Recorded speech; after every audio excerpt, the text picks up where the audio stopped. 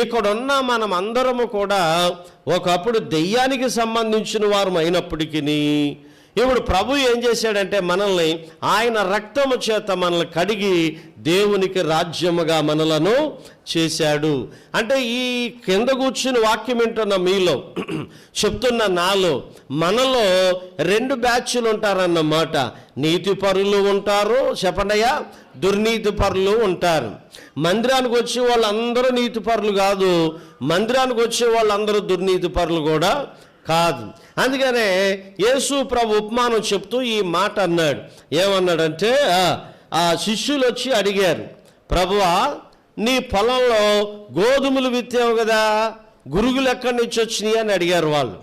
ఏమి విత్తాడు ఆయన? గోధుమలు విత్తావు కదా, గోధుమలు కదా నువ్వు పొలంలో వేసావు, మధ్యలో గురుగులు కూడా వచ్చినాయి, అవి ఎక్కడి నుంచి వచ్చినాయి? మేము వెళ్ళి అటన్నిటినీ కూర్చుతామనంటే ప్రభు అన్నాడు, ఒరే బాబా అలా వద్దు, ఒకవేళ మీరు గురుగులు తెస్తున్నప్పుడు గోధుమలు కూడా రావచ్చు, అంచేత రెండింటినీ ఏం చేయమన్నాడో కలిపి ఎదగని అన్నాడు.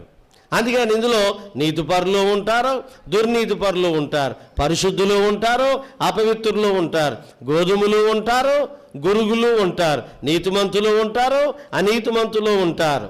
చెప్పండమ్మా, కుడివైపునున్న వాళ్ళు ఉంటారు, ఎడం వైపునున్న వాళ్ళు ఉంటారు.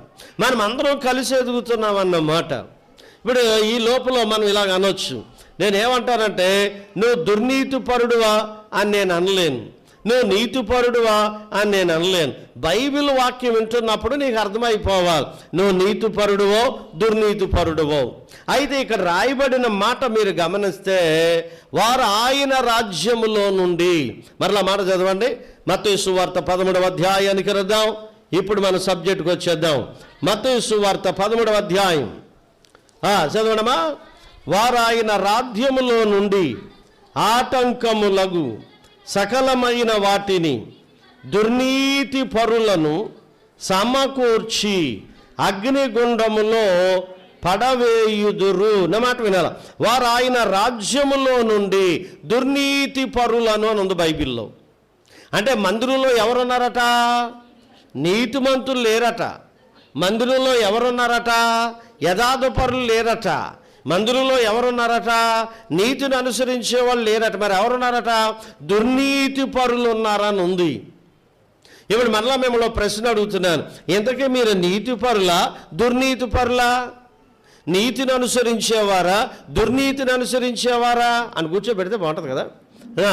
మీరు గురుగులా గోధుమలా? మీరు కుడివైపు నుండేవాళ్ళ ఎడం వైపు నుండేవాళ్ళ? మీరు దేవుని రాజ్యానికి వెళ్ళేవాళ్ళ నరకానికి పోయేవాళ్ళ? మీరు ఎవరు ఇందులో వాక్యం వినేవాళ్ళు? మీరు ప్రార్థనకే వస్తారో నీతి లేని పనులు చేస్తారు, మీరు ప్రార్థన చేస్తారో అపవిత్రమైన పనులు చేస్తారు. ఆదివారం ఏమో యేసు రక్తం అంటారు, బయటికి వెళ్ళాకేమో లేని పోతగులు చేస్తారు. ఇటు ప్రార్థన మానరు, అటు తప్పు చేయడము మానరు. అప్పుడు దేవునికి పెట్టిన పేరేం పేరంటే నువ్వు దుర్నీతి పరురాలివి, నువ్వు దేవుని బిడ్డవు కాదు, దేవుని బిడ్డనని చెప్పుకుంటూ దెయ్యానికి సంబంధించిన దానివి. ఒకవేళ నువ్వు కన్ను మూస్తే నువ్వు నరకానికి పోవాల్సిందే. ఇదిగో అక్కడ ఇదే మాట ఉంది ఇక్కడ. ఎందుకంటే మీరు దేవుని రాజ్యానికి సంబంధించిన వాళ్ళ దెయ్యానికి సంబంధించిన వాళ్ళ? అయ్యగారు అంటే మీరు పరిచర్య ప్రారంభం నుంచి నేను ఉంటున్నానండి. ఉండలేదని నేను అంటలేదే. నా సేవలో మొట్టమొదటి వ్యక్తి నువ్వే. అంత మాత్రాన దేవుడు నీకు పరలోకం ఇవ్వడే, అంత మాత్రాన దేవుడు నీ మీదే కనికరించడే. నీలో నీతి లేనప్పుడు, నీలో యథార్థత లేనప్పుడు, నీలో పరిశుద్ధత లేనప్పుడు, నీలో యథార్థత లేనప్పుడు నువ్వు దేవుని రాజ్యానికి ఎలాగెళ్తావు? ఒకవేళ నేను అనొచ్చు, ఈ అమ్మాయి పరలోకమునకు ఏగేను అని చెప్పి నేను అనొచ్చేమో కానీ బైబిల్ ఒప్పుకోవట్లేదు కదా. ఒకవేళ దేవుని సన్నిధిలో నేను నిలబడి ప్రభువా నేను ఫలానా అనొచ్చు, కానీ ఆయన ఏమంటాడంటే నువ్వెవరో నాకు తెలియదమ్మా, నువ్వు నరకంలో పో అంటాడన్నమాట. అదే రాశాడు ఇక్కడ. ఏం రాశాడంటే సకలమైన వాటిని, రెండోది దుర్నీతి పరులను సమకూర్చి. నా మాట మరలా మరలా అడుగుతున్నాను మిమ్మల్ని. ఈ 2023 మొదటి ఆదివారం నుండి గతించిన కాలం వదిలేని 2023 జాన్యువరి మొదటి ఆదివారం నుండి ఈ 52వ ఆదివారానికి మనం వచ్చాం. ఎక్కడైనా నీతిని వెంబడించావా?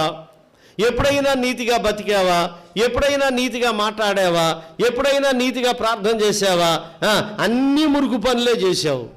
52 ఆదివారాలు, 365 రోజులు దేవుడు నీకు ప్రాణం ఇచ్చాడు. 365 రోజులు చేసుకోవడానికి పని ఇచ్చాడు. 365 రోజులు నీకు ఉద్యోగం ఇచ్చాడు, నీకు మంచి భోజనం పెట్టాడు.